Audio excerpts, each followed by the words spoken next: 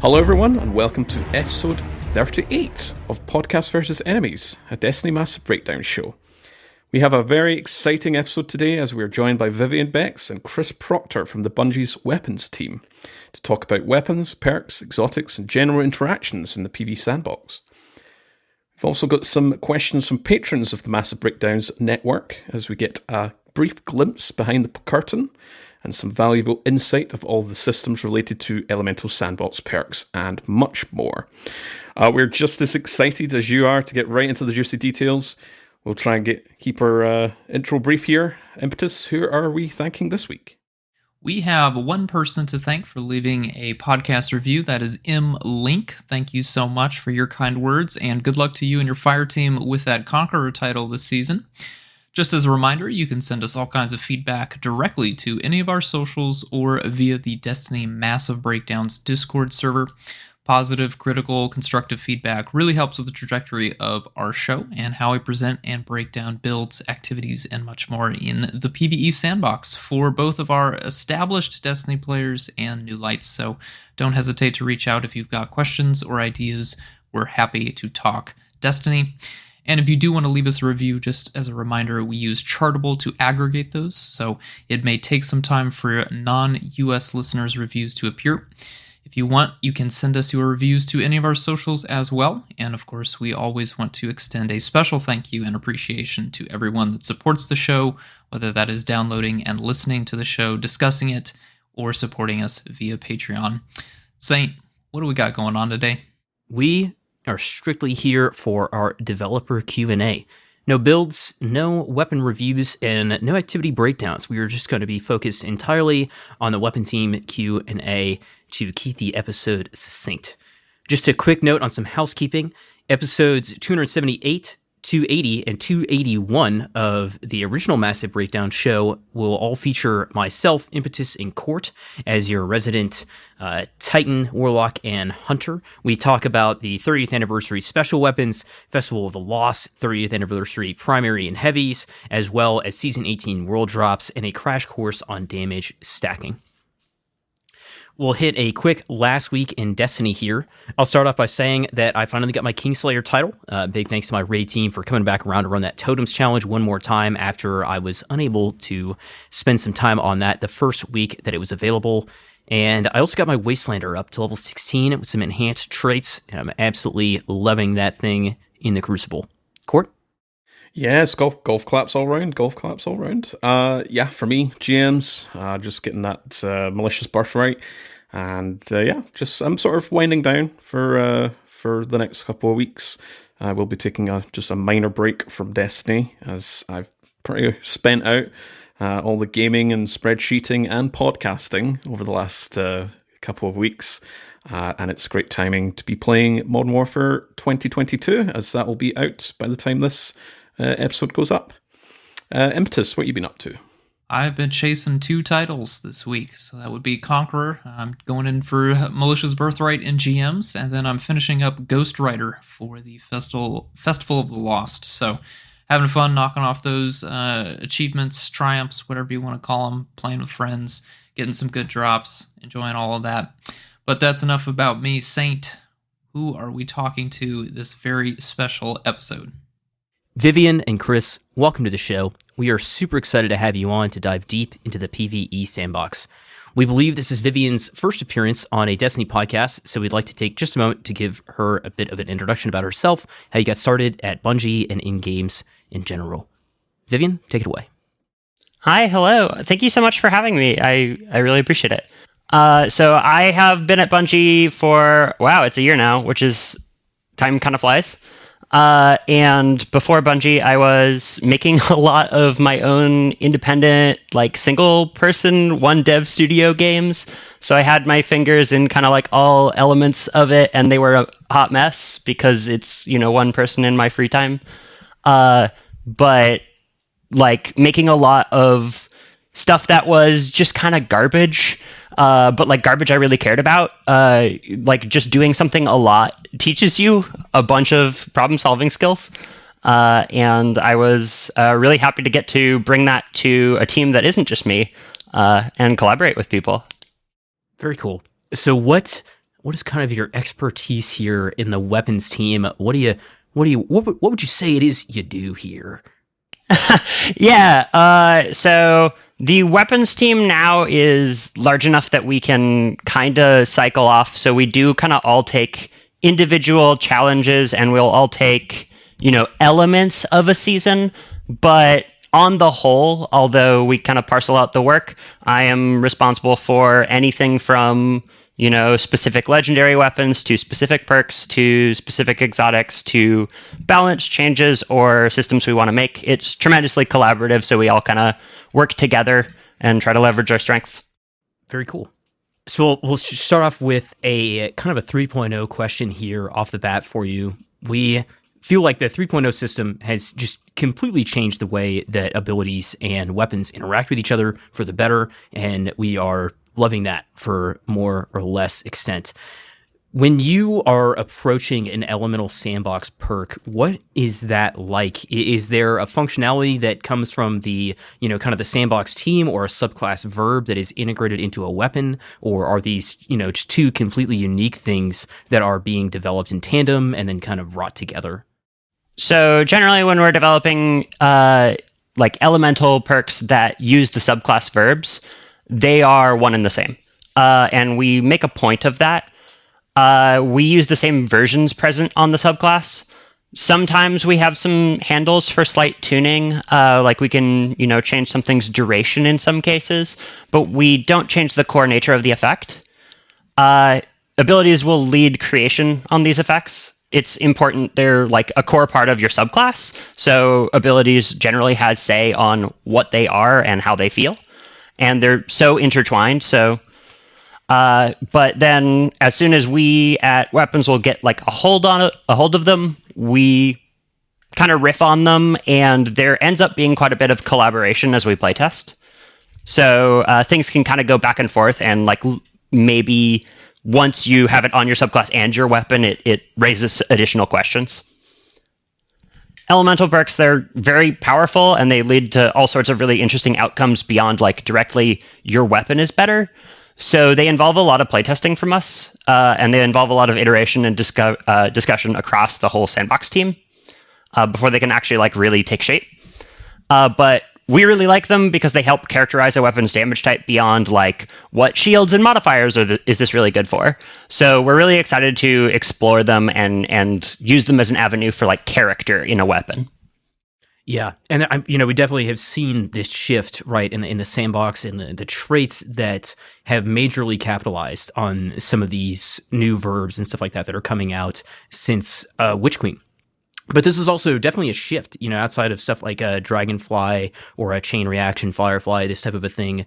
Was there kind of like a mindset change, in this era towards integrating with this, or something else that kind of opened up these pathways for weapons and your subclass to be a bit of a two-way street?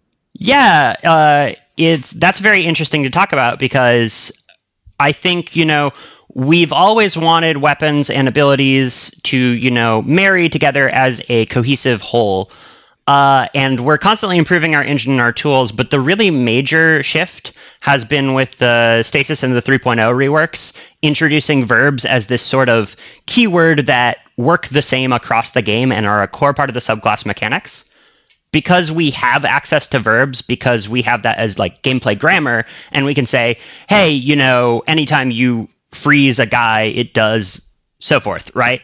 It allows us to give damage types like deeper identities and facilitate player learning, because once you know what, let's say, Jolt does in the context of your subclass, you finding that you can now use it on a weapon doesn't have the same learning or complexity curve, and it doesn't need entirely new, totally unique systems that you have to learn to integrate it with the rest of your kit. So while they are very integrated, just like the idea of having a verb and being very clear about what it does and using it as a keyword has been the major shift that we've been able to leverage. It allows us to make more complicated feeling stuff without necessarily having a lot of special cases. Very cool. Well, I've got plenty more questions about our sandbox integrating perks and stuff like that, but we can get to that a little bit later on the show, because you're not alone today. I am not. Yes, we do have Chris, the seasoned veteran for Destiny Community podcasts at this point. You've been on several the last couple of years at this point as well. So we're going to talk about our directly in this part for you, Chris, is that we're big fans of the origin traits system and just how that's positioned within the weapons sandbox, especially with PvE. I think our particular favourites that we've spoke about on this podcast are the Foundry traits, Omelon, Suros, Hake, Bitterspite, Runneth Over from Kingsfall, Soul Drinker from Vow of the Disciple, just to name a few. So on the run-up to origin traits, Chris, you mentioned that their goal was to avoid homogenization and just to differentiate against each same type frames. And from our perspective, I think that has been successful. Have you got any further comments to make on that point of view? Yeah, I think origin traits have succeeded beyond what we initially thought they were going to. Like, for sure, we wanted players to care about two similar weapons with different origin traits. Like, you care about the source that a weapon comes from. And we also wanted players to have a reason to chase new weapons as they come out, and origin traits are actually doing both jobs, which is great. So has your general philosophy changed when you're making these, or the weapons team making these origin traits? Is there maybe a worry that you may be shipping some overpowered or underpowered origin traits? Of course, we've had a few very recently that have had their potency either reduced or increased. So, just in comparison to existing ones. Yeah, the philosophy's definitely evolved a lot in that we didn't have a super solid idea of how strong we wanted origin traits to be or how tightly coupled we wanted them to be to a specific activity at launch. We were expecting them to be about half the strength of a regular trait perk, so like a damage perk or utility perk or whatever. But hadn't really formalized that. You'll notice that with Witch Queen, we shipped a bunch of different types, and this was partially, we felt like a lot of them fit with the sources, but also we were trying out different styles of origin traits to see what would actually, like players would actually grab onto and what was most appropriate. So we are going through some of those. Like, you'll notice the Gambit origin trait for Witch Queen launch was very, very specific to Gambit. Like, it had no function at all outside Gambit. This was exploring the idea that since these are like freebie perks on the weapon, they're not taking up a regular perk slot, it's okay for them to be a bit more specific. How specific? Turns out not that specific. Pretty specific is okay. So we're going back and reworking some of those that were hyper-specific to be more general purpose while still trying to keep the initial theme behind them. And also some of them landed really well and are very popular, and some of them didn't, and players would rather pick different ones. Fortunately, most of those cases, there are other options. But still, yeah, like we have the option of going back in and touching these. We're staffed to do it, and yeah, we're excited to make sure they all hit the mark. Yeah, I think Gun and Run is a good example of something, like Invader Tracker is like so specific, and it's Gun and Run is still, you're kind of guaranteeing that it's very easy to proc in Gambit, but potential elsewhere, right? Yeah, that's a really good point. Like, there are certainly some types of effects that just by their nature trigger much more easily in PvE, and that's a more promising way to go than locking things to an activity. Very cool. So probably something, a direct question here is that, do we expect to find more Foundry traits? So that's your weapon-specific Foundries. So fans have mentioned, Black Armory, Cassoid, Crux, /Lomar, Dato, Tex Mechanica. Those are sort of in-game lore weapon Foundries for the game. Are we maybe expecting some of them in the future? So I can't answer this, but firstly, what if you had to pick one of the Foundries you just named to do an origin trait for, which would you pick? Black Armor. Black Armor would probably be the go-to. And then maybe a Hipfire Grip Tex Mechanica kind of, definitely comes up in my mind, or something like that. Oh yeah, that'd be so suitable for Tex. Interestingly, we originally called these Foundry traits. Like, we weren't going to put them on anything else. It was just going to be Foundry weapons.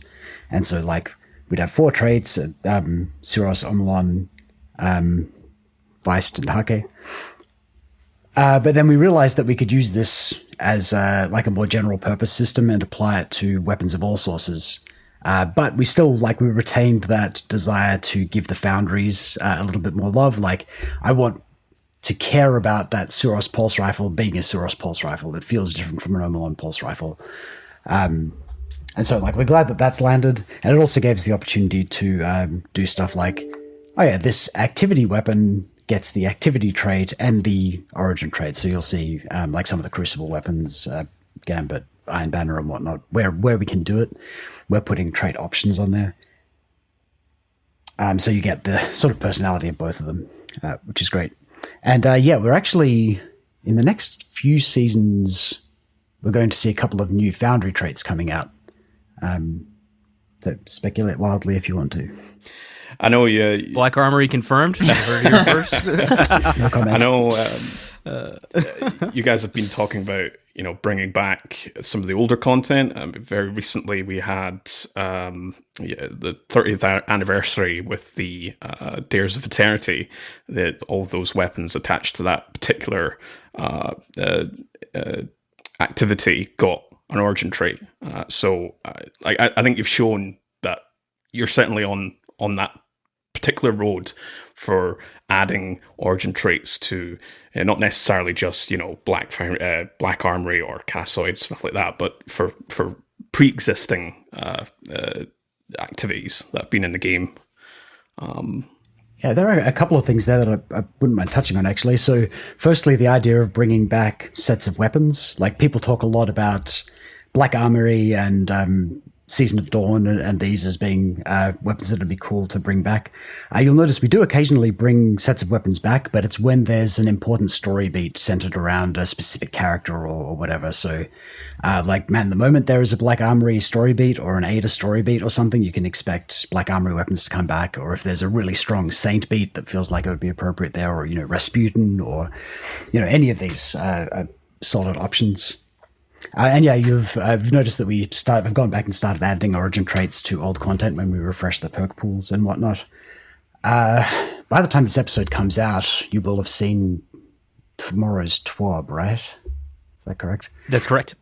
So we're revealing that the Deepstone crypt weapons are coming back with an origin trait, new perk pools, they're going to be craftable, all of this stuff. And we're going to start doing those types of chunks of content every season or every other season or something like that. So old raid weapons, maybe dungeon weapons, maybe other sources, these kinds of things. I know there's been a lot of speculation since we mentioned, hey, we're going to start bringing some raid weapons back into relevancy. Well, Deepstone Crypt is the first. It's largely because that's got a raid vendor. That makes it much easier to give you your guaranteed red borders and whatnot. Right. Very cool. Crafting even. Very cool. Very cool. Keep that under your hat for today, right? Yeah. We'll obviously get more information on that. In terms of Adept weapons, now I know you've spoke about this in the past where they've not hit the sort of expected, thumbs up from the community. And we have heard very recently your desires to uplift Adept weapons, specifically increasing their viability. Can you talk about more of these changes, if possible? Yeah, I think the main problem that we're going to solve is the case where you've got crafted weapons and then Adept weapons, or Adept versions of the same weapons that aren't craftable. That's just a bad situation, because the crafted weapons are both more deterministic and better. A weapon with fully enhanced traits is just better than an Adept weapon as it stands. So starting with the Lightfall raid, we've said this already, but starting with the Lightfall raid, you're going to be able to acquire enhanced traits on Adept weapons. We're not ready to talk about that in detail, but there will be a path to doing that. It's not going to be like you get the pattern and you're free from craft everything. We want to preserve some more of the chase on Adept weapons, but yeah, there's definitely something we're going to do there. So I think it's highest priority to hit that specific case of raid weapons where the the base weapons and the adepts are different desirability levels. I can see us looking at other adept weapons, but currently what we're trying to do is make adept weapons from trials or nightfalls just extra spicy. Like you can get a trials. What's a good trials weapon lately? Trials sidearm that can get perk combinations that a sidearm from another source can't get, for example. And so that's what we've been doing to balance them. I expect we'll want to come through and see talk about enhanced traits on them later. I suppose maybe just wrapping back to Kingsfall, I specifically asked Merc on the most recent TWAB when he was part of that about the spiciness of Kingsfall weapons. They're hot, all right. They are very hot. A lot of the combinations in PvE are very spicy. So is that something, just in parallel with adept weapons that you may want to go down that particular path? Yeah, we've been doing that a bit. So adept weapons, or let's see, the most difficult sources in the game, so trials, GMs, and raids, we're allowing those weapons to slightly break the stat range rules and perk column rules. So you can get combinations on both of those, on all of those types of weapons that aren't typically allowed. We haven't generally done it on a super wide scale, and then just blew the doors wide open with Kingsfall.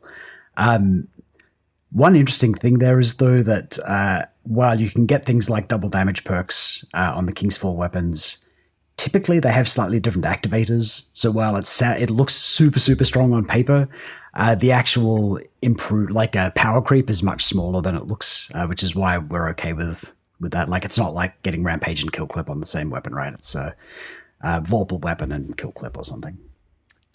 R.I.P. Kindled Orchid. Right, exactly. Although, if Kindled Orchid comes back with an origin trait and everything, it's got to have that combination because it's so iconic. This is something that we try to hit. We don't always land it, but we do attempt to bring back all of the really fan favorite combinations of perks. As to how we feel about the Kingsfall weapons, I don't feel like they're breaking anything, but they are for sure slightly spicier than we would typically want to go. So I would see us toning that down a little bit in the future. Yeah, I remember thinking that Fatebringer was just such an anomaly with its ability to roll explosive payload and frenzy, right? And I just absolutely love that weapon. So to see that come up on a scout is just instant favorite. No doubt about that. We spent what was a 2.5 hour episode on Kingsfall. Yeah, most of it no mystery how we feel about that. Dedicated to the weapons because they were very unique in PvE. So it's more a question of if you could turn back time, would removing the ability to enhance traits on crafted weapons be within the realm of possibility to allow those adept weapons to be the only weapons to get enhanced traits and to allow them to have a little bit more breath compared to crafted weapons? Because that's just a pulse on the community right now is that, yes, crafted weapons are a little bit too spicy and a little bit too deterministic compared to adept weapons. So is that maybe something that you could, if you could turn back time and redo? I don't think we would. We see enhanced traits as being a pretty core component of the crafting system, without which it would have been a much less compelling new feature for the game.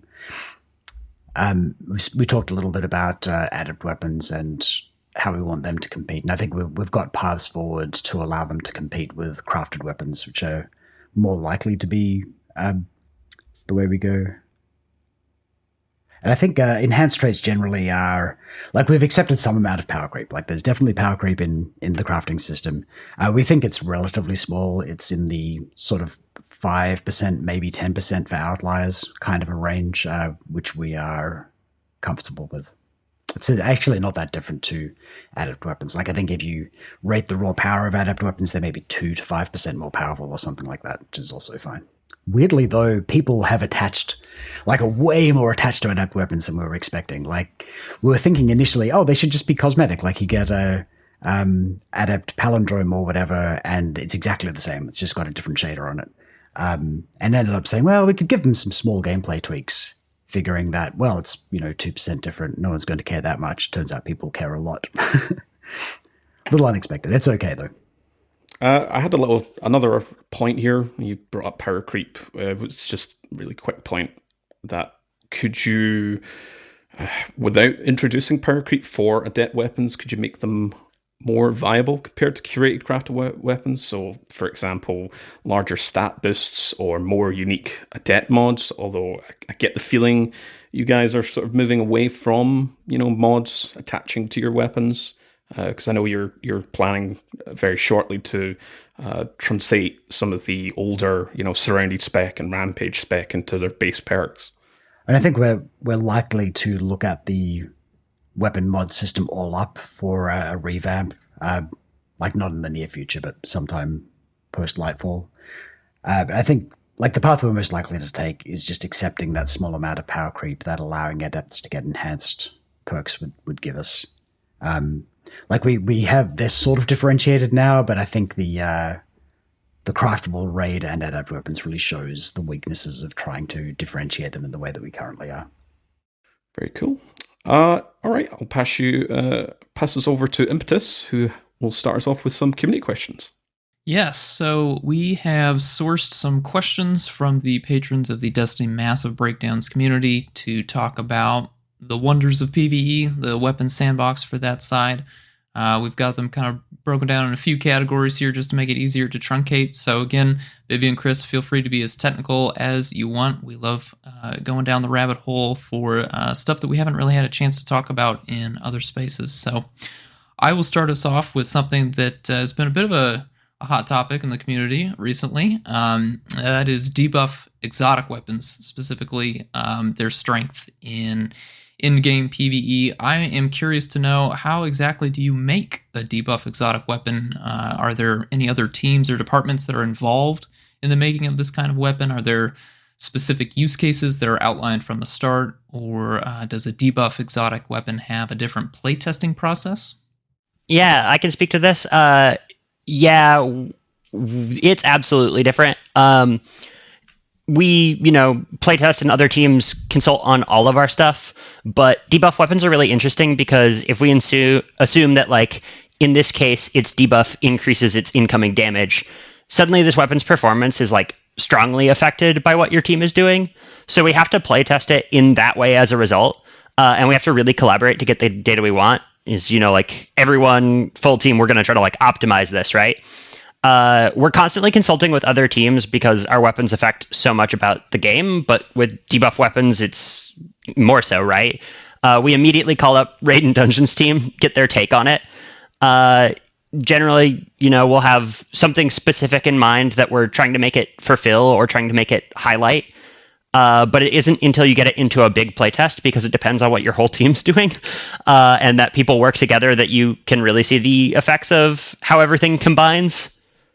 And then, combatants across the game are obstacles that the player is here to overcome.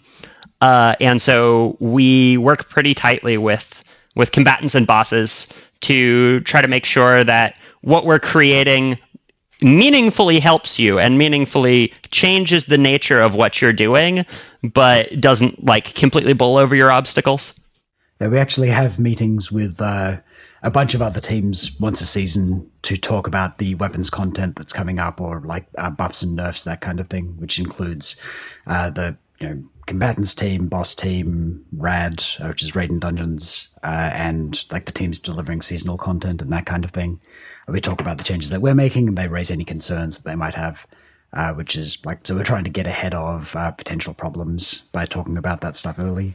And per Vivian's point, for every major area of the game, those teams have playtests, and we send weapons designers to those playtests so that we have knowledge on the team of what's coming there, and they have a point of contact that they can reach out to ask questions about it. Are you, I'm curious to know when you guys decided to make debuff exotic weapons. We've had them for a while now. I think Divinity is obviously the one that everyone thinks of, but it's not the first one. Was that something that the weapons team started with, or was that a conversation that you were having with raids and dungeons, the bosses, teams, and thinking about what types of weapons you'd like to see players use, players consider for those specific fights? Well, Tractor Cannon was ages and ages ago. We don't have, like, the current team doesn't have much context for how those were developed. Divinity, though, because of the way it works, the team had to work quite closely with combatants to make sure that it worked correctly across the whole game. And when we came back to look at rebalancing some of this stuff, obviously we had to work closely with the same teams to make sure that we were hitting their goals as well. I think we mentioned at one point that a lot of the content in the game is built assuming that players have easy access to a 30% debuff or 30% weaken. And that's obviously still the case. You can still have that 30% weaken, just it won't have quite the same uptime. So I don't think the changes there won't require massive changes on the activities side, but they're certainly very interested in the changes. Well, speaking about Divinity, we are aware that next season 19, its weaken effect is getting reduced down from 30% to 15%. The biggest question I had with the type of community work that I involved myself in, will you still be able to apply Divinity's precision cage in tandem with a higher active weaken? So, for example, Tether. Yes, this is it's a fairly complex area of design, making sure that these things step on each other in the correct order. But yes, we've specifically tested Divinity. I asked our test team to go back and test it a second time just to make double and triply sure. But yeah, you can apply a stronger weaken over the top and get the benefits of the cage and, say, Tether or Tractor Cannon. Because I know Divinity in the past has either overridden or it's cancelled out other weaken effects, and it has had its own little Telesto moment for the trace rifles. So it will be safe to, and it will be intended to combo both of those effects, correct? Yeah, it's definitely intended to, and in playtest it certainly works out that way. Let me know if something goes wrong though. I surely will. I am the debuff man when it comes to stacking damage buffs. So I will send you a message. If possible, can you talk about any other sort of changes that were on the cards for Divinity? So I've personally seen a lot of suggestions from the community at large. One of them was Divinity would apply a weaken effect, but it would be 0%, and it would override other weaken effects, but still maintain its precision cage. And the other things that Divinity applies, overload for disruption rounds for overloads. I've seen suggestions about an alternate firing mode. So one mode will apply the existing 30% weaken, but there'd be no precision cage, and then an alternate firing mode would be the inverse. So you'd apply a precision cage, but no debuff. And then there's been a few, comments about reduced magazine and ammo count. So we talked a lot about Divinity, sort of as we were wrapping up Season 18 development. And so when we started working on Season 19, we started playing around in-game with some different options. We talked early on about whether it would make more sense to reduce Divinity's uptime or increase the difficulty of using it, but ultimately decided that in its current form, its major strength is being able to consistently output damage. And so decided that that's really its identity and that's what we should stick to. So decided not to touch that and instead reduced its all-up utility, where it's the gun you always want in most activities. I think we looked at its usage in Grandmasters, and it was 40% on certain Grandmasters or something like that, which is distressing. As far as what we actually tried in-game, we initially tried a very small weaken that only applied to incoming arc damage that could stack with everything else, which was sort of interesting in that if you were really, really optimizing damage, you might care about it. But ultimately, it was just too fiddly. And the version that we settled on, we feel like addresses the core issue in a much more straightforward and understandable way. Sorry, I was going to just say that's quite interesting because that was the same with what the original Tractor Cannon had, where it would be a 50% damage increase to Void incoming void damage.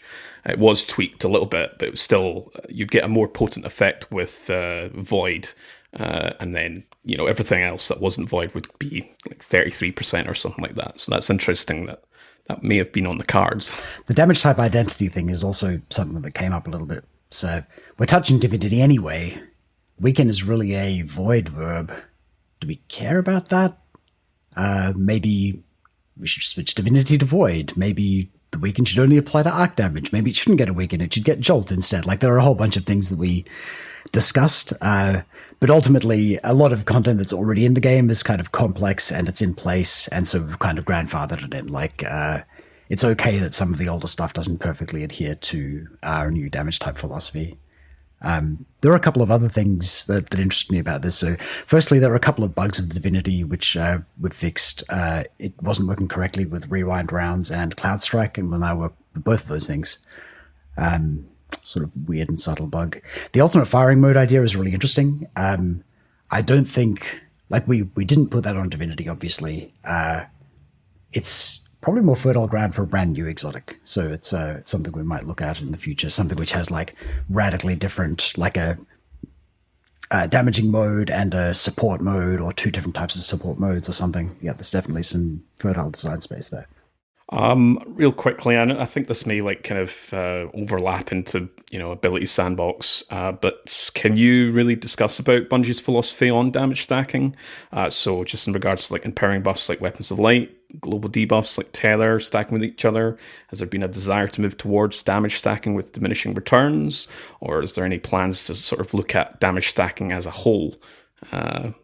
So our philosophy generally is that multiplicative damage stacking is an enormous pain in the ass, and it causes a lot of problems, and we would like to address it in some fashion.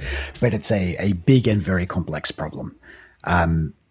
You might remember not that long ago, like I guess 2 or 3 years ago, all buffs and debuffs all stacked with each other. So you could have, Well of Radiance and like Divinity and Tractor Cannon and, Tempered Metal, or Melting Point rather, all of these kinds of things. And we collapsed all of those into a handful of categories within which stuff can't stack, and that definitely helped. We've still got some weird edge cases though. We've discussed a few options here. One is, as you mentioned, diminishing returns. Another one is just straight up putting a damage multiplier cap, like under no circumstances may you do more than 200% damage with a shot or something. The one I personally like is switching from multiplicative damage to additive. So if you have a like 2 100% debuffs, you end up at 300% instead of 400%. If that makes sense? Or yeah. Which I think would let us reopen a lot of those doors that be closed. And if you want to really optimize things, you can keep stacking it up, but it can't get into a really wild area. Anyway, I think that we are going to come and look at that again, but it is a large problem space. And I think we're in the short term, some of the bigger multipliers are probably just going to have to come down a little bit. Because when some things stack together, you just get into a really weird place. Absolutely. Looking at you, Supreme Wellmaker.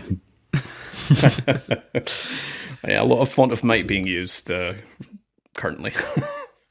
That is the big outlier when you can stack it with Weapons of Light and Tether and such. Yep. Pass us back to Saint for his questions.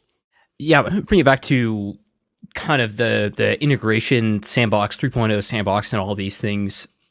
Whenever we look at, I guess starting with like Headstone and then really moving into like the light-based 3.0 classes, some of the exotics in the game have just unfortunately been left in the wake of these new verbs and their lack of interaction with these verbs.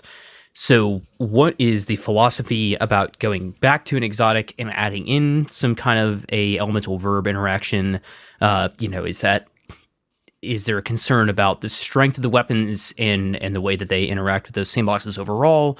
And just also kind of what is the mindset of legacy, things like differentiating between a burn damage and a scorch damage or something like that to a new player who is trying to learn their Solar 3.0 sandbox?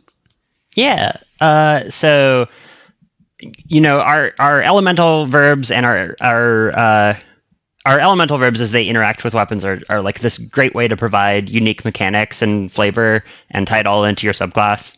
And anything strongly aligned with those themes is a great candidate to get folded into the system moving forward. Like, we really like it, and it does a lot for players. We've got our eyes on, exotics of old whose identity and gameplay would both benefit from them.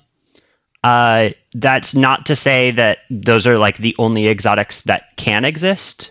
If something stands on its own, we're not going to say that it has to do this, but we're always looking for opportunities to kind of bring that into older content that maybe didn't get it in this pass. And then as for the point about like Burn and Scorch, where Burn is this kind of like grandfathered Scorch, they're similar enough that it can be really difficult for newer or like less experienced players to differentiate. Improving cases like this is definitely a goal. But Scorch is significantly more powerful than Burn. But the fact that they are like so nuanced and confusable is definitely like something that is a goal for us. Is how do we avoid cases like that? We want the verbs to stand out. Just to add on to that a little bit, it's like Vivian touched on the potential of exotics that are strongly themed around a damage type, either like narratively or mechanically, as being fertile ground for retrofitting. We don't feel like every weapon in the game needs to tie into its damage type in a really deep buildcrafty kind of a way, though. It's fine for a weapon to have a completely self-contained loop, like Quicksilver Storm does, for example. And it's okay for exotics to exist that are just really solid weapons that don't tie into buildcrafting, or to buildcraft in different ways, like into a strong PvP weapons build or something like that. Yeah, I think, I mentioned Telesto earlier on. I'm not expecting Telesto to have like suppression rounds or volatile rounds, because it is its own gimmick. It just so happens to be void. Yeah. So, I mean, I guess a follow-up on that, are Burn and Scorch damage considered like functionally different things inside of the game's engine when they're like upticking on a target? Yes. Sorry, go ahead. Yeah. I was going to say yes and no, in the sense of like the obvious, Burn is not Scorch and does not share its properties, but the actual like damage, yeah, they're both tagged as like damage over time kind of stuff. Yeah, and the burn will just never lead to an ignition type of a thing, right? That is true. It also is not like necessarily Scorch for the purposes of like, it does not count as applying Scorch. So there is some nuance there, but they have quite a bit of similarity in how they apply damage, which is, unfortunately, the answer is it's complicated. No, it's good. I mean, I think it's easy to say that these two are like, out of all the like classes and things like that, this is the one that's like the most on the fence, and also has like the most or a lot of like legacy things that are applying burn, right? And there's a lot of stuff in the background that applies some kind of a solar damage like that. So I imagine it's also it's no short backlog to just go through and change everything to Scorch real quick, right? There's another weird edge case here, which is overshields. Like you'll notice Turnabout gives you a regular vanilla flavored overshield. This Turnabout isn't a void perk, but then Repulsor Brace gives you a void overshield, and that does everything that you expect void overshields to do. It ties into your fragments and whatnot. And it's okay for both to coexist in some cases. The Burn and Scorch one is just confusing. We should probably just standardize on Scorch at this point. Well, now we're on the kind of theme here. What happened to enhanced Incandescent? I couldn't help but notice that the Scorch stacks are down these days. Was that a kind of never working as intended, or was just maybe a little bit too strong as compared to some other perks that are on offer? Yeah, I can talk about this. So it was a confluence of factors, because the enhanced version actually was better in some circumstances and worse in others due to a bug. However, it also triggered another bug in how Scorch worked. like fundamentally. And while we got that rectified, while we fixed like one half of it, there was some moments where it jumped. It should now be applying as proper, and is only a small buff, but it is a small buff to the amount of scorch stacks to the point where it meaningfully changes the number of targets you have to overlap to achieve an ignition. Yeah, I think it was maybe 2 before and it's 3 now, if my scorch calculations are correct, versus 3 to 4 type of a situation if I'm not using enhanced incandescent, which is still, one less target to kill to cause an ignition to chain is, for sure still a meaningful effect to that point. There were circumstances where incandescent against very specific targets would apply like double scorch stacks as intended, and it was not localized to just incandescent. And once we got everything kind of talking together, it is now in the place it should be. All right, well, let's jump into some more community questions. Impetus? Yeah, we'll stay on the topic of elemental sandbox interactions within weapon perks and exotics here. Let's talk about the forgotten element here, the kinetic weapons. They are increasingly getting outshined by their elemental counterparts. We'd love to hear what is your long-term goal for kinetic as a damage type? Can you mention anything related to the upcoming changes post-Lightfall? What kind of power fantasies are you imagining on the exotic side for our exotic kinetics like Quicksilver Storm, Osteostriga, Outbreak Perfected, Wither Horde, compared to elemental weapons and specifically elemental exotics with the 3.0 synergy? Yeah. So our philosophy for kinetic is that we want it to be a proper valid damage type for weapons, like a choice you can make. It's not supposed to be this inherently inferior like default, but rather it's like something that can have its own place in the sandbox. We're looking to at both how to serve kinetic damage as a whole, and also when it comes to weapons as well, address some of its shortcomings when compared with its counterparts. And we'll be adjusting the damage type across weapons in Lightfall. As far as exotics are concerned, while kinetic has like a fairly straightforward damage fantasy of like it hits the guy, that's not to say that we can't leverage that. But like we said earlier, there's always room for us to do something kind of crazy inside of a damage type and use the damage type just as a property of it rather than like the bounds it has to exist in. I will say, like, while we spoke about Quicksilver Storm, I will say I think I can probably speak for Impetus and Saint as well, that it's one of our favourite exotics very recently that have came out. Obviously, it's more of a Lightfall-esque exotic, but just wanted to throw that in. It's becoming fast now one of my favourite go-to quote kinetic weapons, just with the amount of synergy you can have with that particular arc rocket that fires out and the grenade launching aspect as well. Just to set expectations a bit, the arc rocket is a bug. Okay. I'll need to go to my spreadsheet and delete that. It's not going to be hotfixed or anything, but that will be changed at some point. In isolation, we probably would have just left that, but Quicksilver Storm is getting a catalyst in Lightfall. As you know, it's attached to the Lightfall pre-order, so you can expect more Quicksilver Storm stuff, and also more stuff like Quicksilver Storm as part of the Neomuna setting. Interesting. Man, that's going to be this. I can see this right now. This is Wolfpack rounds all over again. Yeah. With the fact that it's dealing arc damage. It does deal arc damage. That's going to. Yeah, I heard about that. Oh, okay. All right.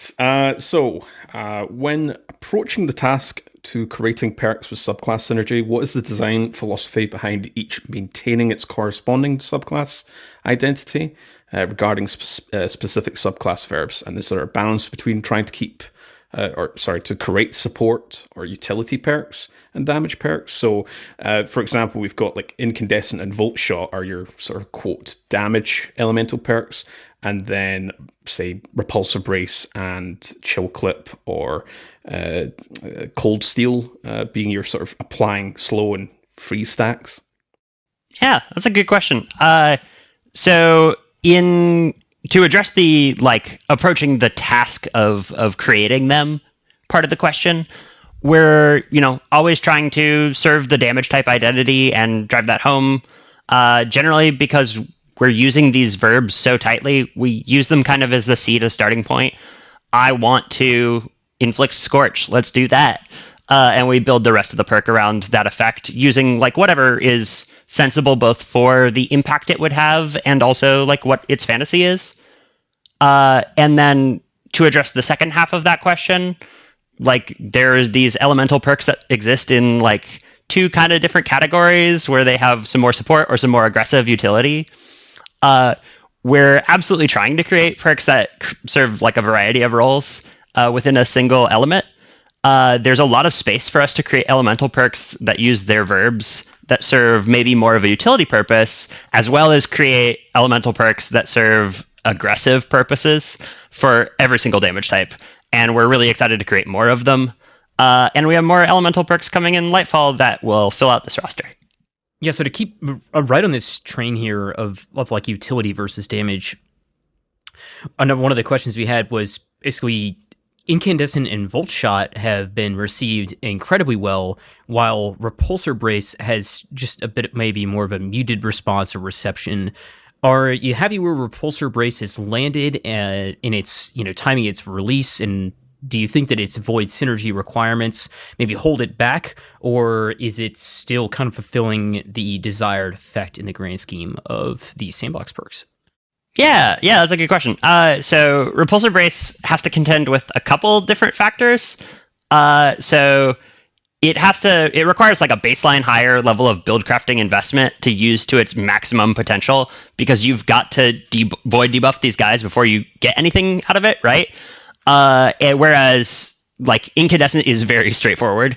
So that's like one thing that is a factor in how you use it. There's also aren't a lot of situations in the PvE game that have like a really strong need for an overshield more than they do for, say, hey, like some cool damage and some cool crowd control, right? So that is another factor. And then also it hasn't really gotten a void, like capital V void season. We always have our eye on like perk potency, and we want them to be desirable. And especially as this is the primary void perk at the moment. But as we create more elemental perks, there's hopefully going to be room for some very cool synergies. And it's really a case where the sandbox that kind of surrounds it informs really how good Repulsor Brace is, which isn't to say that it can't be tuned independently, but it is a great candidate for something that gets more powerful by proxy that we might do like pretty deliberately. Yeah, and I mean, by all means, you're playing controlled demo Titan Repulsor Brace is incredibly strong, right? Or Hunter too. I mean, there are definitely ways to make it strong, but kind of like you said, it just takes a little bit more of an investment, which maybe that's okay, right? Maybe it's okay to have like that balance, right, of a little bit more requirement versus the just pull trigger and effect happens in front of you. Right. And like how easy that is to access for the player informs like just how potent that is with how much investment. Like if you are already have access to void debuffs, it's like, oh, I don't need to do anything to leverage this, right? Whereas currently, especially in like the current seasonal meta, is I kind of have to go and hook this up, right? I'm curious to know, and I don't need specifics here, but are all of the 3.0 subclass verbs on the table for weapon perks, or are there going to be some that we're just not going to see show up on legendary weapons? Yeah, so we haven't taken, any selection of verbs and gone, no, we're not going to do this. They are frequently very potent and frequently their potency varies. But if we can find a way to put it on a weapon, and it serves the needs of what we need it to do, and it's cool, like, that's absolutely something we want to do. I wouldn't write anything off. I appreciate that it's got to be cool is a criteria. There are some verbs that would need to put very tight constraints on. I think, like, yes, you can imagine Incandescent, but it suppresses, would be incredibly toxic in PvP. Right. Yeah, we're not here to talk about PvP, so we can suppress them all we want. Yeah, AI don't have feelings. All right, well, in a great deal of PvE content, it often feels more effective to go for long periods of time without ever firing a weapon, particularly a primary, and instead you can rely almost solely on build crafting around abilities. So given the experiences bridging the gap between weapons and abilities with perks like Full Shot and Incandescent, is this something that's on the radar? Do you guys have plans to make specific weapons or perks a bit more central to build crafting? Yeah, so we're aware of this. Subclass builds can be really, really potent, especially right now. And our goal holistically as like a sandbox team is that your abilities, your movement, and your weapons, they're all these components that build the moment-to-moment action game. They're the ingredients in your soup. It's no one thing, right? And so we're definitely keeping an eye on this, and we're trying to keep the balance of power from straying too far in any one direction. As for plans to make like specific weapons or specific perks more central to build crafting, elemental perks afford us a large degree of build crafting utility with the subclass, and there is a lot that we can do in that space. I can't share any specifics, but I can say that we're really interested in what they've brought to the table, like philosophically, and we want to do more of that because it just serves to marry the game together and give you a really cool avenue to interface with your build as a whole rather than like siloed compartments, right? Yeah, I think the first time that I realized that like Ashes is giving me more scorch stacks on not only my grenade but like also my incandescent. Yeah, just like, yeah, that was for sure like a mind blown moment, or this moment of feeling of like the consistency extension of like my abilities and stuff like you're talking about. So I think that's, I feel like we're already hitting that to an extent in the game right now. Kind of linking to what Saint just said there, are there any plans to make synergistic weapon perks that work in a sort of non-direct subclass? So, for example, Volt Shot having a more beneficial effect like the spreading of Scorch, or, for example, like a Incandescent Scorch counting for Repulsor Brace over Shield, or more simply cross-pollinating the weapon subclass perks for an even greater effect. So we're definitely focused for the immediate future on perk effects that stay within the damage type. Like partly honestly for clarity. Like if you're looking at an arc weapon, you wouldn't expect that to apply Scorch, for example. We do think that there's some potential for interesting interactions between damage types, but that's definitely not something we're looking at now, and we don't have any specific plans to change that. We've seen some very specific kind of exotic pair interactions, Lumina Boots of the Assembler, your Weapons of Sorrow with Necrotic Grips. Are there any plans for more interactions like this between just armors or exotics in the future or anything like that? I wouldn't say plans, but we are vigilant for opportunities. So, for example, the Luma and the Boots of the Assembler interaction came about because an armor designer really wanted to use the Noble rounds as part of an exotic, and Weapons is obviously all for it, so we helped them get it all set up, and that turned out great.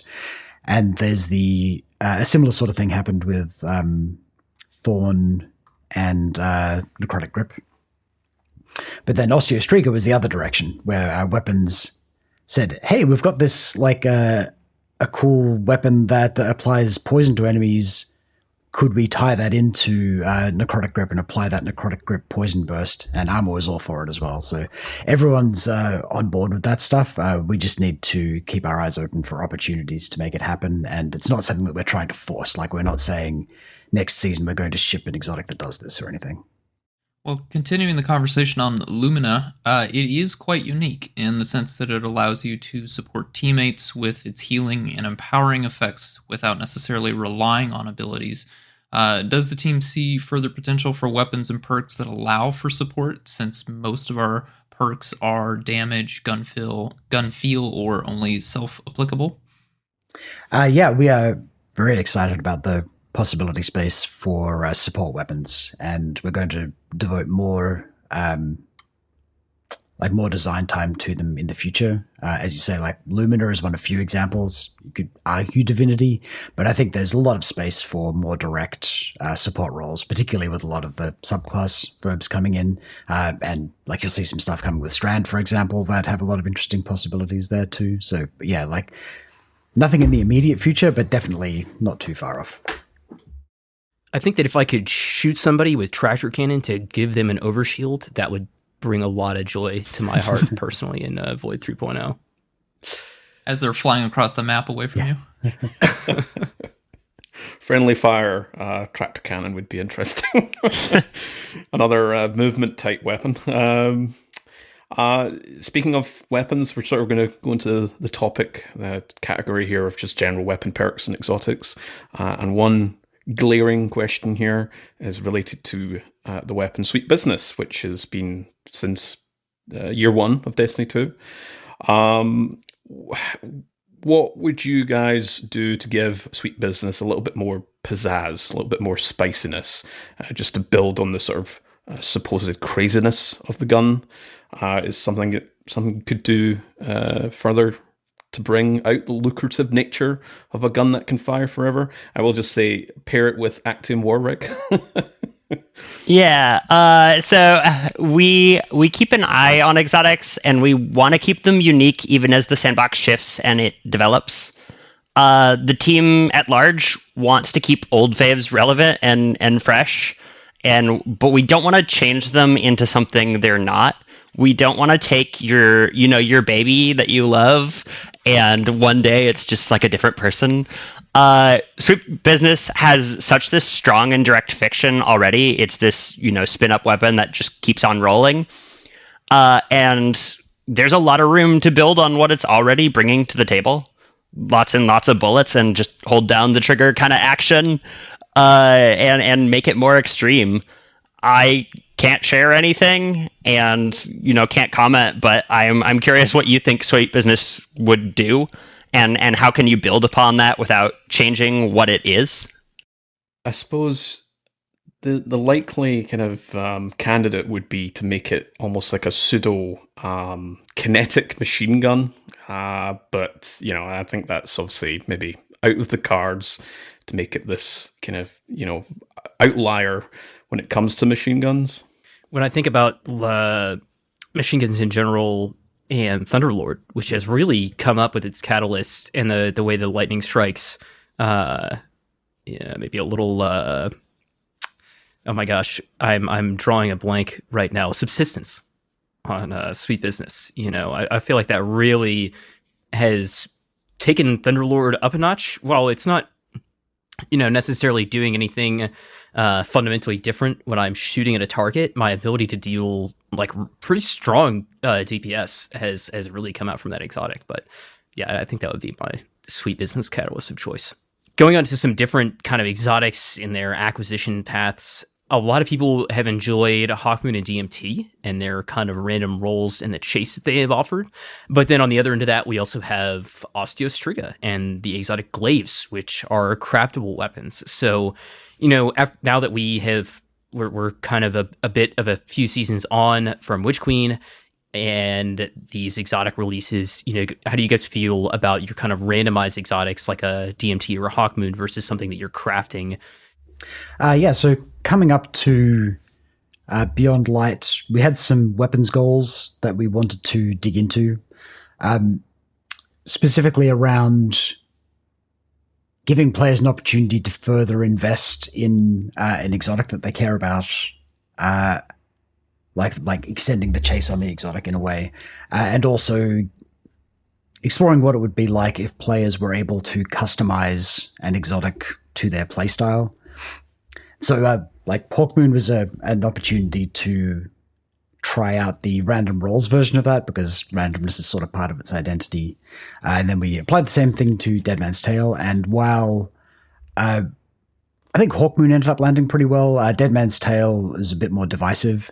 But I think what we saw was while players cared about the customization options, they didn't really care for the randomness. And crafting, like the crafting system gave us the perfect opportunity to put all that customization directly under player control. So I doubt we're going to do more random rolled exotics, but we are definitely going to do more craftable exotics.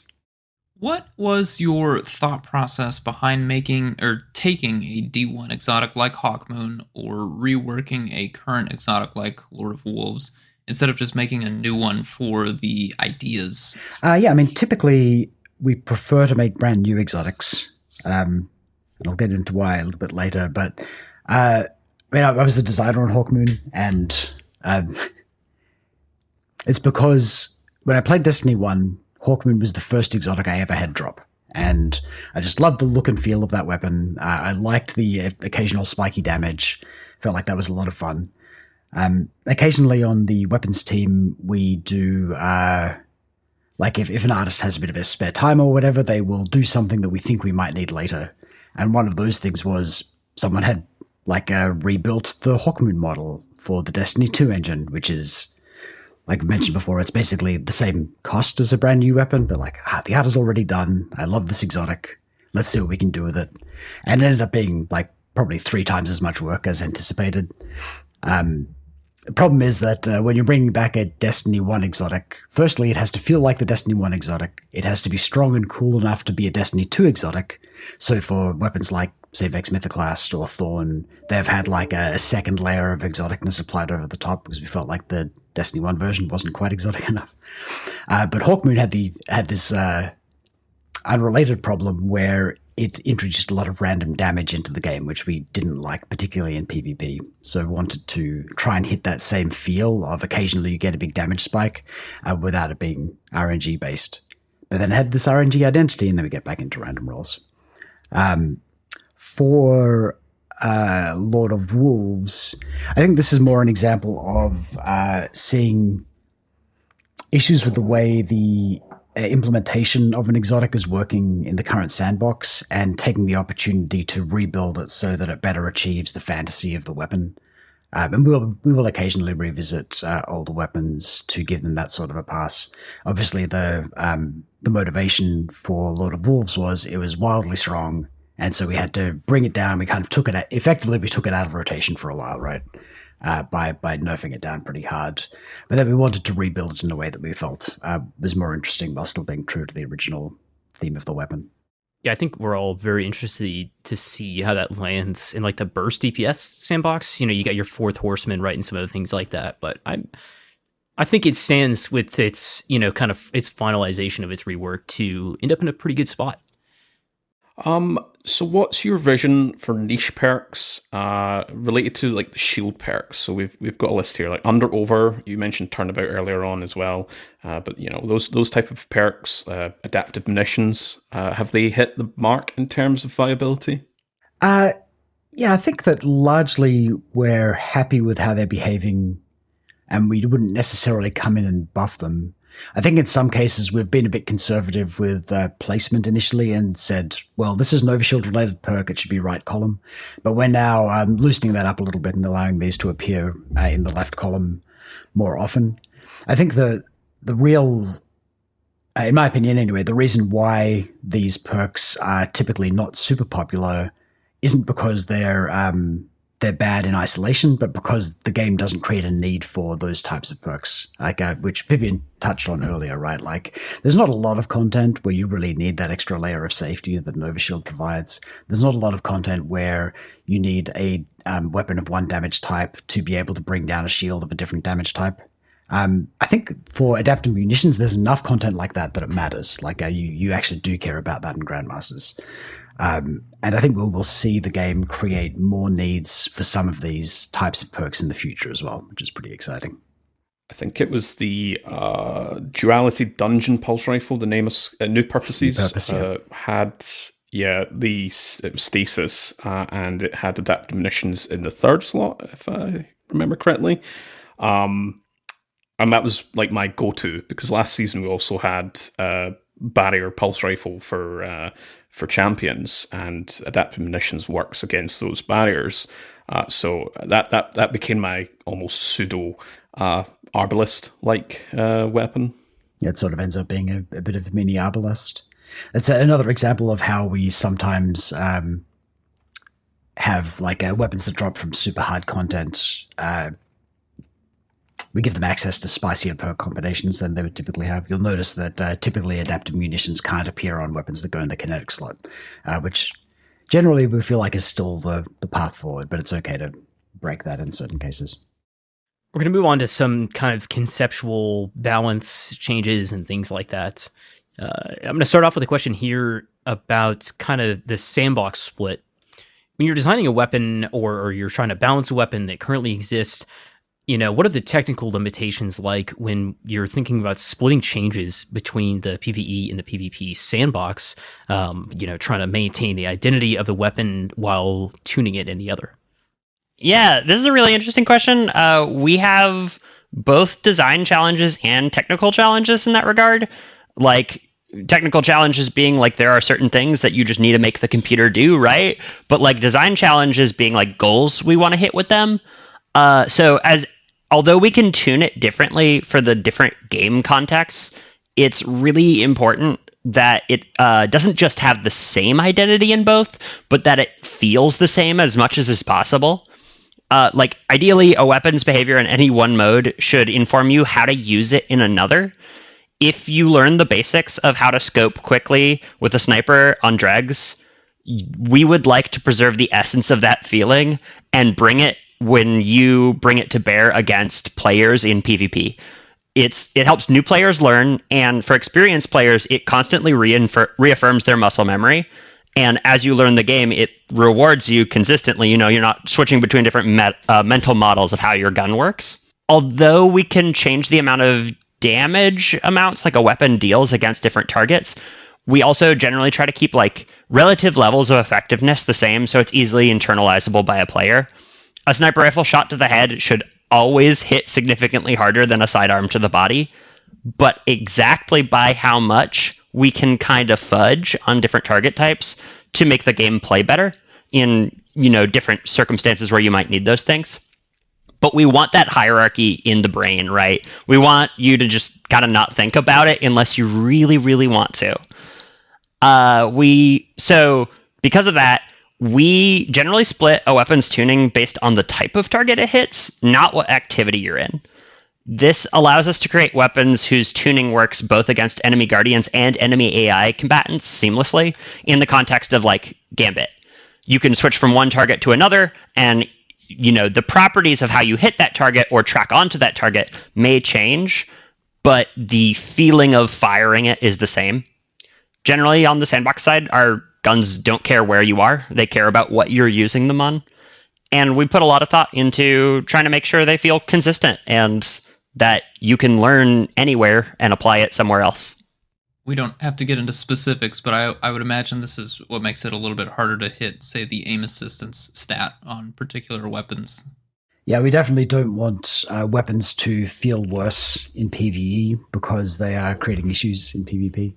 We generally have pretty good tools for this, as Vivian says. Like, we were able to make Galahorn, like Wolfpack rounds, deal less damage and track less strongly just against players, and they work the same against everything else.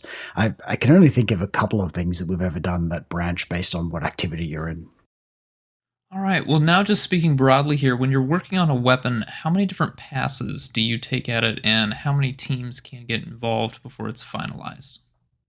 Yeah, this is a hard question to answer because the process is just so iterative and it's so collaborative. The official answer for the number of passes on the design side is at least 3, but sometimes it's many more. We schedule time for a first pass to kind of lay down what it's about, a second pass to make changes and adjustments, and then like a final pass to really polish it. And those passes can be multiple weeks. However, we spend a lot of our time playtesting and giving feedback every step of the way on everyone's stuff. So not just among the weapons team, but like across the entirety of Sandbox and beyond. And then after every single day, we take it back to our workshop and we try to incorporate that feedback and respond to it. So sometimes the design does come together in these 3 big bursts where it's like, okay, we're gonna do this thing. Oh, we need to change it a little bit. Okay, let's integrate it and let's make it real slick and let's maybe throw in a little secret Easter egg, right? But sometimes it just kind of slowly gets closer to what it needs to be every single day. There's no correct formula, and it's very collaborative. It's really cool to get to hear everyone's thoughts during playtest. Also, it's like sometimes they're logical and sometimes they're emotional. People going, "Holy heck, that was really cool, and I can't believe you did that." We've all got a really big passion for what we do, and it's the best part of my day when I get to hear someone, move from having like a logical thought about damage output to like shouting really loud because they're like, "I can't believe that happened." And then as far as how many teams get involved, all of that is just our design work, right? A lot of teams get involved, and we work really closely with all of them. By the time an exotic ships, it's got to get touched at minimum by concept art, design, our 3D hard surface team, audio, animation, and VFX. Plus, it directly affects people across the whole studio, like when they're building bosses or missions or raids, like we talked about earlier. So sometimes we bring them into the mix and we encourage them to try it out. Everyone's work adds together and builds on each other, and it's really, really collaborative. Sometimes in really surprising ways. A weapon getting its own audio treatment and audio tells recontextualizes the whole thing in a way that feels kind of insane. I've had some designs that I was unsure about until they got audio. And then as soon as they had audio, it was like, oh, this was here all along. It's just you're trying to think ahead almost. And so really teams like audio and VFX and art are integral to gameplay in ways that would surprise, I think, that do surprise me every single day. Kakar. I think we all remember, I was thinking of Lawrence Driver firing that thing for the first time. I love Hawkmoon's Caca. I love Hawkmoon's Caca so much. It's so good. It's probably clear from... It's such a flex, too. Probably clear from what Vivian's said here, but exotic weapons are the single most expensive pieces of content that designers make. Like probably 3 to 5 times more expensive than the next most. Like an exotic will take...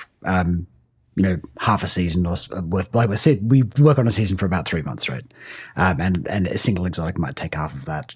A legendary perk might take, a couple of days to a week or less, something like that. So, yeah, it's a massive involved process.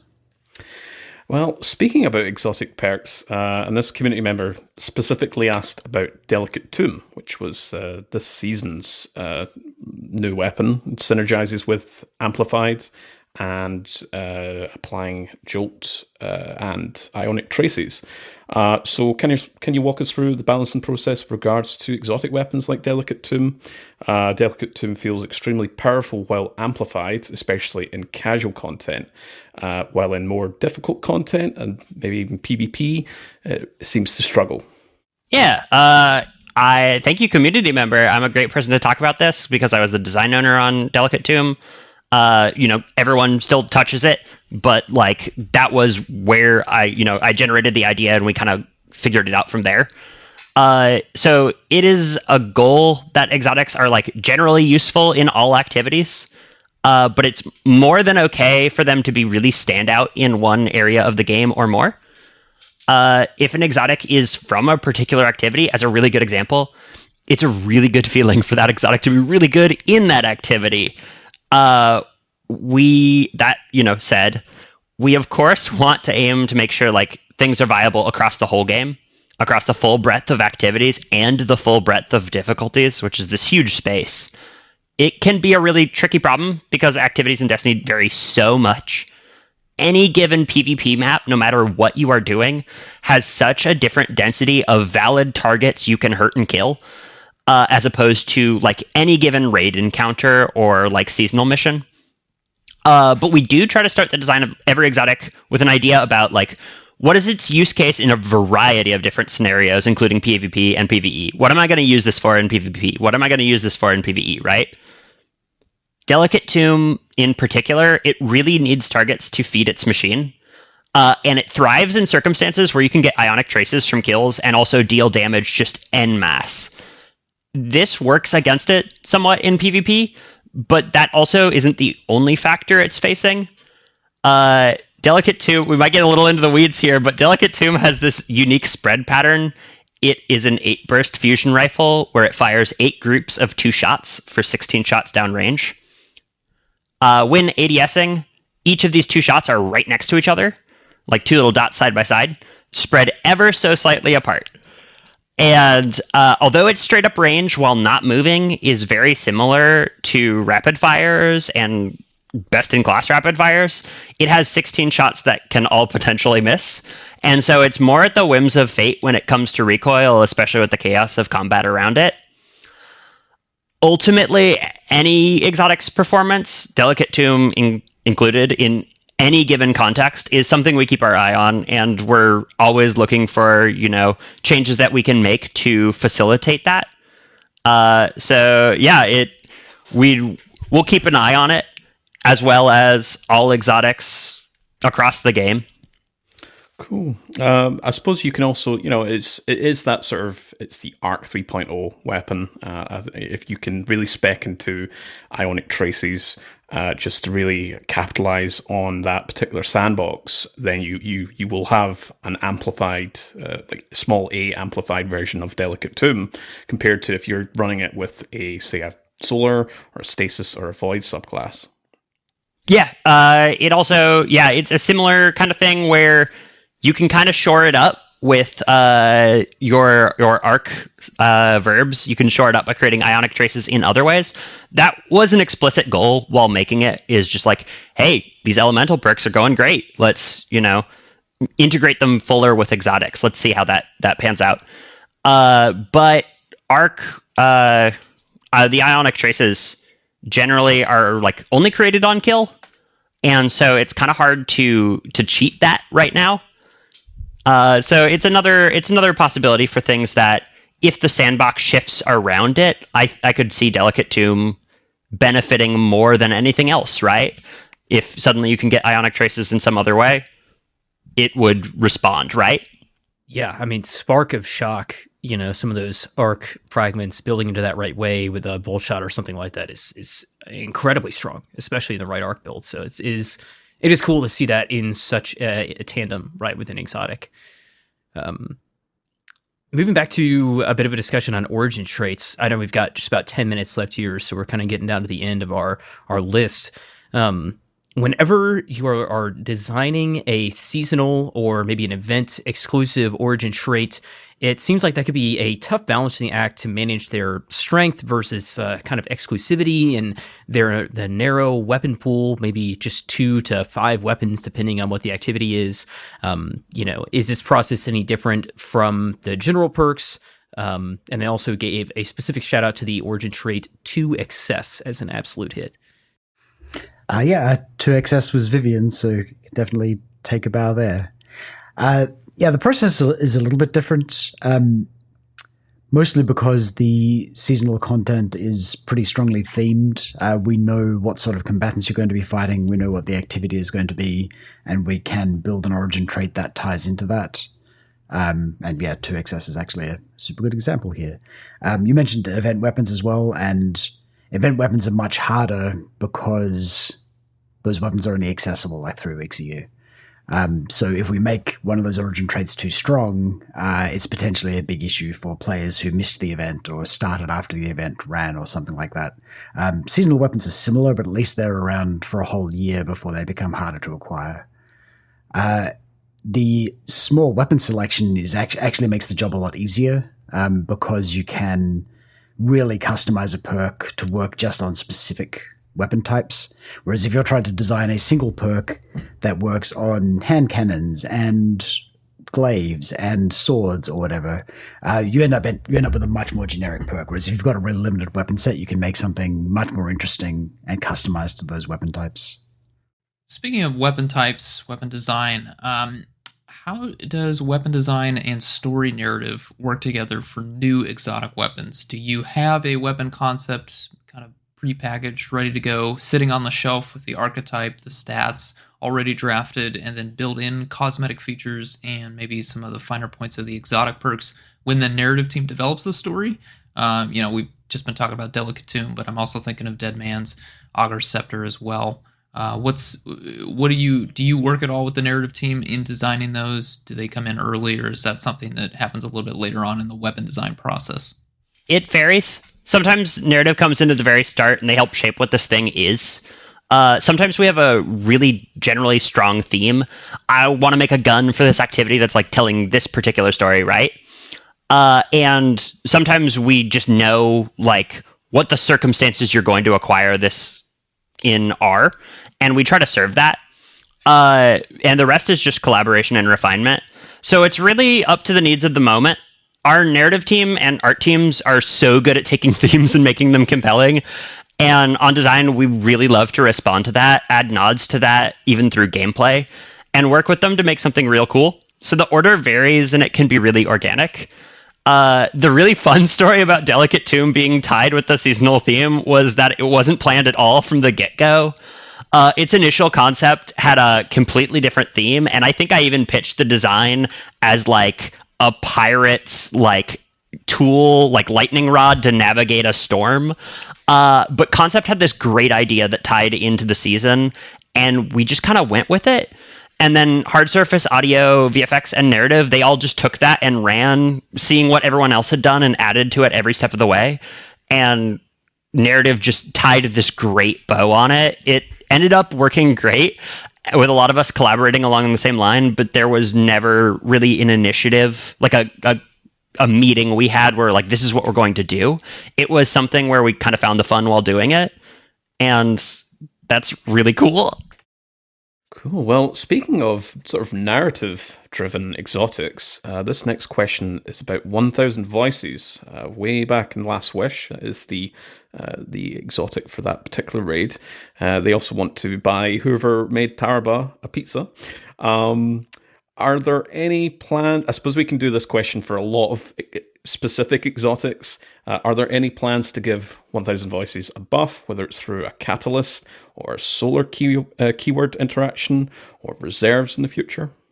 See, I had a lot of fun with 1,000 Voices during the particle deconstruction meta. That was a huge amount of fun. We're actually in the process of fiddling with 1,000 Voices and Solar 3.0 and its general role in the sandbox. It's a little bit early to commit to actually shipping something, but yeah, it's for sure something that it feels like it does gigantic blasts of fire. It should do something Solar 3.0-ish. It's a really, really cool heavy weapon. It should be more relevant. And this is actually largely true of underused exotics, right? Like we keep an eye on that list, and as inspiration strikes or like we have a specific reason, we will go in and update these. What's the number you're up to for next season, buffing a bunch of exotics? I think it's 27. Well, wait. You said buffing. It's not all buffs. Sorry, yeah. Changing. Tuning. Yes, that's the best word, yes. Yeah, 27 or so exotic weapons are changing to some degree. All right, last few here. When you are making a new exotic or a new perk, it's going to be tested in all manners of the game, patrol, in-game, gambit, PvP. Do you ever have a target area that you start with to try to make something shine and then balance it against others, other modes or other functions and things like that? They mentioned that they're excited kind of for the future of the game and the results of this. Yeah, I hinted at this a little with the Delicate Tomb question. But although we want weapons to be viable everywhere, making them shine in specific activities is a great goal. It's not something we always set out to do, and especially not to the detriment of other areas of the game. But oftentimes starting in one activity is a good way to get going, and then we ask ourselves, okay, how does this earn its keep elsewhere? And how do I use this to great effect in some unrelated activity? But especially for things that like come from very specific activities, it is always great to make that just really cool in that thing. just as another way this sometimes happens, occasionally we'll have a weapons designer come into Bungie with a weapon that they were born to make, and nothing is going to stop them getting this weapon into the game. You'll see Mercules has one of those next season. And for me, all I wanted to do was make a sniper rifle version of Thunderlord and a shotgun that shot pellets and slugs. I'm sure a lot of designers have this thing that they really want to try out, and when they get to ship it, that's a really cool feeling. Speaking of really cool feelings, we'll end with this one here. What is your general design approach when creating new exotic weapons? Do archetypal elemental ammo type vacancies play a role in this process? Yeah, this is a great question. So yeah, we generally start with holes in the weapon offerings and try to fill them. Not always. Sometimes, a designer goes, oh my gosh, I had this insane dream last night and we have to make this thing. Let's, fulfill this fantasy with this damage type. But for the most part, we love to give you options, especially in a world where subclasses care more about your weapons and vice versa more than ever, right? So once we have those kind of holes we want to fill, there's a lot of different approaches, and any one single approach rarely works every single time. I'm going to give an example that's going to oversimplify a little bit, but it's some really interesting theory. And that's the approach of there's either top-down or bottom-up design. In top-down design, you start with the flavor and mechanical fantasy first, and you build just everything around that. You go, like for Delicate Tomb, it was just, I want this tsunami wave of lightning that just fries all these guys in front of me like this big old arc. I can see it spreading out in my head. And then the challenge from there was, okay, well, how do you make that work? What's the numbers? How much damage does it do? How do you get that? How do you use that? Those are the questions it asks, but it gives you a place to start. The total opposite is the bottom-up design. That's where you start with the opposite. You start with a problem and you fix it, and a theme kind of emerges on the way. In the Fragile Tomb example, if I had done this, it could have been, wow, we use this pattern a lot where we've got one orange bar surrounded by a bunch of red bars. What if there was a way to clean up all the ads after you're done with the big guy, convert him into fuel? You then figure out the theming as you go. So it'd be oh, okay, well, once I kill this big guy, maybe it unlocks this alternate fire mode or empowers this alternate fire mode, right? And some people have preferences, but both approaches are super helpful. And if I ever get stuck, I flip and try to meet in the middle. There's loads of other methods, and knowing as many as possible is a help to anyone. If you get stuck, looking at the problem another way usually helps you find the solution you needed in the first place that you just kind of couldn't see. Very cool. Well, Vivian, Chris, we immensely appreciate your time coming on the show to talk about what you do and what you make. This is super insightful. And is there anything else that you guys want to mention before we close it out? Thank you so much for having me. I really appreciate it. And I can't wait for you to see some of the stuff we've been working on. It's really crazy, and I want to see how people react. Yeah, I think this is a really valuable podcast for the Destiny community. So, happy to jump in and talk about some of the stuff we've been working on. Keep it up. Oh, we'll gladly have you guys back anytime. And we will finish up things here. We're definitely going to need to talk again after we get to crafting some of these deep sound weapons. So give it a few months, absolutely. But there'll be something. Well, thank you so much, Vivian and Chris, for coming on to the show today to talk about everything PvE. Thank you so much for answering the questions from the community. That means a lot. Court, I'm going to pass it back to you. Yeah, that's it for a very special, spicy episode. We, of course, want to thank Vivian and Chris from the Weapons team at Bungie for joining us, and of course Bungie for this great opportunity and a peek into their development process. Really great episode. Look forward to doing some more of these in the future, hopefully. We will, of course, be posting some show notes of this episode if you want to refer to anything discussed, asked, and mentioned for posterity. This will be going up on Reddit and the Massive Breakdowns website. We also want to throw a very large, significant thank you to our audio engineer, MisterSudden, for editing and keeping a lot of voice files for this particular episode sound pretty and great. My name has been Court. You can find me over on Twitter as @CourtProjects, on Discord as Court, and my various documentation and spreadsheets, amongst other community members' documentation and spreadsheets, can be found over on the Massive Breakdowns website. Saint, where can we find you? My name is Saint Kabir. You can find me by Saint_Kabir on Discord, YouTube, Twitch. Thank you for listening in. Impetus. My name is Impetus. You can find me by that name in Destiny and on Discord, and as Impetus always on Twitter. Thank you so much for listening. We will see you next week.